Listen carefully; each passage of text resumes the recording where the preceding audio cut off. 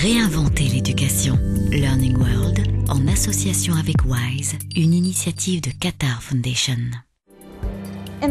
Dans le climat économique actuel, avoir les bonnes compétences peut faire la différence pour obtenir un emploi. Et pour former de futurs salariés possédant les bonnes compétences, les gouvernements se tournent de plus en plus vers la formation professionnelle.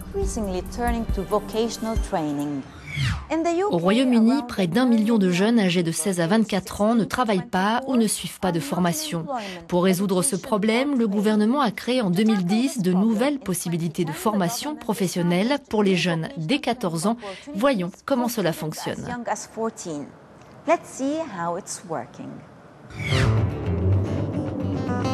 De plus en plus de jeunes en Europe sont sans travail ni formation. On les appelle les NEET, un phénomène qui s'accroît en raison de la crise économique. Sauf ici, à Huddersfield, non loin de Manchester. Près de 10% des adolescents britanniques quittent l'école à 16 ans, sans emploi, sans diplôme ou formation. Jade aurait pu être l'un d'eux. Environnement scolaire médiocre, mauvaise orientation il y a 2 ans, son père s'est inquiété.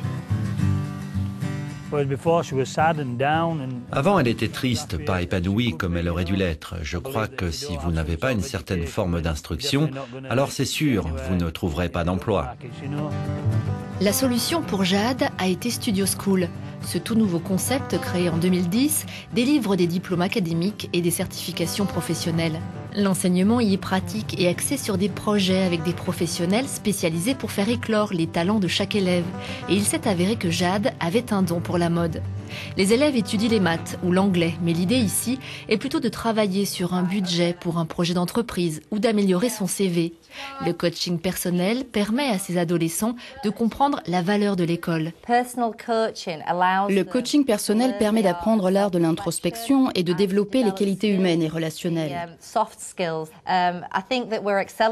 Je pense que nos étudiants sont meilleurs que ceux des autres écoles parce que nous essayons de les faire se concentrer sur ces compétences liées à l'emploi, comme la communication, les compétences entrepreneuriales, d'être capable de mettre en pratique son apprentissage, être capable de penser logiquement et rationnellement. Pour Jade, la métamorphose est totale. En quelques mois, elle est devenue plus sûre de ses choix.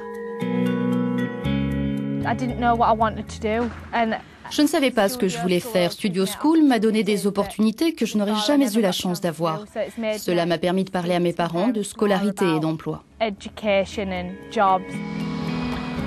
Une des clés du succès de cette formation, c'est l'implication des entreprises locales. Dans l'usine textile de Stephen Loaf à Huddersfield, des jeunes stagiaires sont en apprentissage. Nous devons leur donner les bons outils pour s'assurer qu'ils réussiront.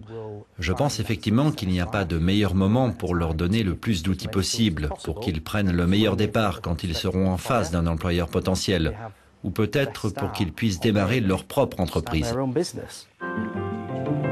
Preuve de son succès, le concept Studio School est en train d'envahir le Royaume-Uni. 13 nouvelles écoles doivent ouvrir en 2014. Nous aimerions pouvoir évaluer le travail de ces écoles, voir ce que sont devenus nos élèves 2 ans après avoir quitté l'école. Travaillent-ils? Sont-ils à l'université? Qu'ont-ils vraiment appris? Que seront leur vie, leur santé dans 5 ans? On aimerait qu'ils quittent ce centre avec des capacités et une expérience suffisante. C'est la différence avec le système éducatif classique.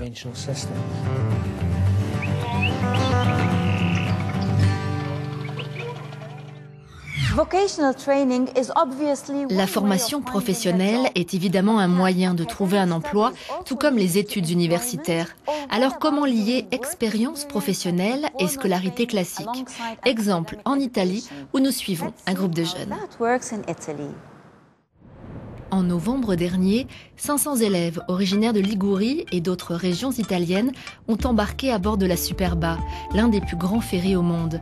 Objectif, un programme d'orientation, 3 jours pour découvrir un métier de la mer lors d'une traversée entre Gênes et Palerme. Jusqu'ici, ces professions n'avaient pas vraiment bonne presse. Même les meilleurs emplois étaient souvent considérés comme un plan B pour les élèves. Aujourd'hui, c'est différent. Les professions de la mer étaient choisies surtout en période de crise, car ce sont des métiers difficiles pour des gens très intelligents.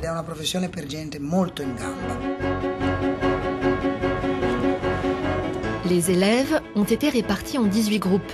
coachés par des étudiants de l'Académie de marine. Ils passent tous par différents points d'information animés par des professionnels de la mer.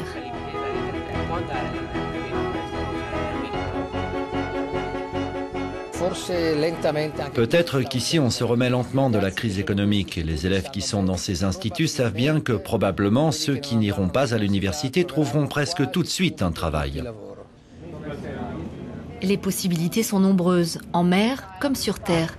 Certains élèves rêvent d'être garde-côte ou de travailler dans un port. D'autres choisiront l'hôtellerie ou la restauration.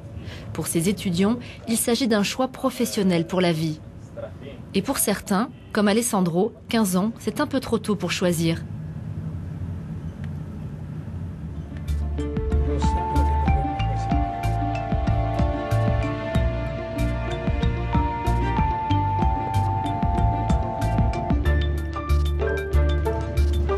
Un psychologue spécialiste de l'orientation professionnelle dans les métiers de la mer conseille les élèves. Alessandro, tu ne sembles pas vraiment convaincu par la mer. C'est-à-dire, je verrai, mais ce qui m'inquiète, c'est de quitter ma famille. C'est vrai que tu es encore jeune et peut-être les choses peuvent encore changer. Vous embarquez pour 2 mois sur les ferries, pour 4-5 mois sur les paquebots de croisière, 5-6 mois sur les cargos. Pour Micol, 17 ans et originaire de Trieste, la mer, c'est une histoire de famille. Mon grand-père était ingénieur en chef et a navigué pendant plus de 50 ans. Mon oncle a également navigué plus de 50 ans, mais il est toujours resté officier en second. C'est pour ça que je voudrais être commandant ou premier officier sur les navires de croisière. Dernière année de formation professionnelle pour Micol. Ensuite, elle postulera pour une école spécialisée dans les métiers de la mer. Objectif, embarquer le plus vite possible. Et qu'en est-il de la formation professionnelle pour les salariés en activité? Peut-on mettre à jour ses compétences pour améliorer ses chances de gravir les échelons? Qu'en est-il des séminaires de formation professionnelle? Peuvent-ils faire la différence? C'est ce que nous allons voir dans ce reportage au Guatemala. Tout est prêt au Guatemala pour l'arrivée du président Molina. Mais il ne s'agit pas d'une conférence de presse ordinaire. Parmi ces journalistes locaux, 12 Européens sélectionnés pour un séminaire de 4 jours organisé par le Centre européen du journalisme et la Commission européenne. Rencontrer des politiciens fait partie de la formation. Souvent, vous ne savez même pas ce qui se passe. Vous n'avez même pas une image en tête. Vous imaginez des images et vous racontez des histoires qui n'existent même pas. C'est donc très important d'aller sur le terrain et de voir ce qui se passe. Ce séminaire fait partie d'un programme spécial, la formation des journalistes dans les zones les moins développées et éloignées dans le monde. Les journalistes professionnels redeviennent ici des étudiants. Même pour les journalistes de presse écrite, le multimédia est obligatoire aujourd'hui. Les journalistes doivent être en mesure de percevoir ce qui se passe vraiment sur le terrain. C'est ce qui est le plus important, comme d'être en contact avec les gens, ce côté humain qui se trouve derrière les projets de développement. Vous ne pouvez pas faire cela assis dans une rédaction, ce n'est pas possible. Bart travaille en Pologne. Il découvre le Guatemala pour la première fois, un pays où les gens ont un accès limité aux services de santé et à l'éducation. Ici, il redécouvre pourquoi il a voulu être journaliste. Il est très difficile d'imaginer qu'à 8000 km, il existe un pays où les gens luttent pour manger. Cela remet les choses à leur place. Pendant le séminaire, tous les journalistes ont la possibilité de renforcer leurs compétences professionnelles, de rencontrer des gens, de visiter des villages et d'échanger leur expérience avec leurs confrères guatémaltèques. Certains d'entre eux, menacés de mort, sont obligés de se cacher. Ils apprennent comment fonctionnent les médias dans les autres pays, comment certains sujets à traiter peuvent être dangereux ou impossibles à couvrir. Il y a trop de violence, trop de problèmes politiques, trop de sensationnalisme dans les médias. Le programme continuera dans les années à venir. Prochaine étape, en Afrique. C'est tout pour aujourd'hui. Que pensez-vous de la formation professionnelle? Est-elle utile? En avez-vous suivi une? Cela a-t-il fait une différence dans votre carrière? On attend vos commentaires sur les pages de nos réseaux sociaux. À la semaine prochaine. Learning World en association avec WISE, une initiative de Qatar Foundation.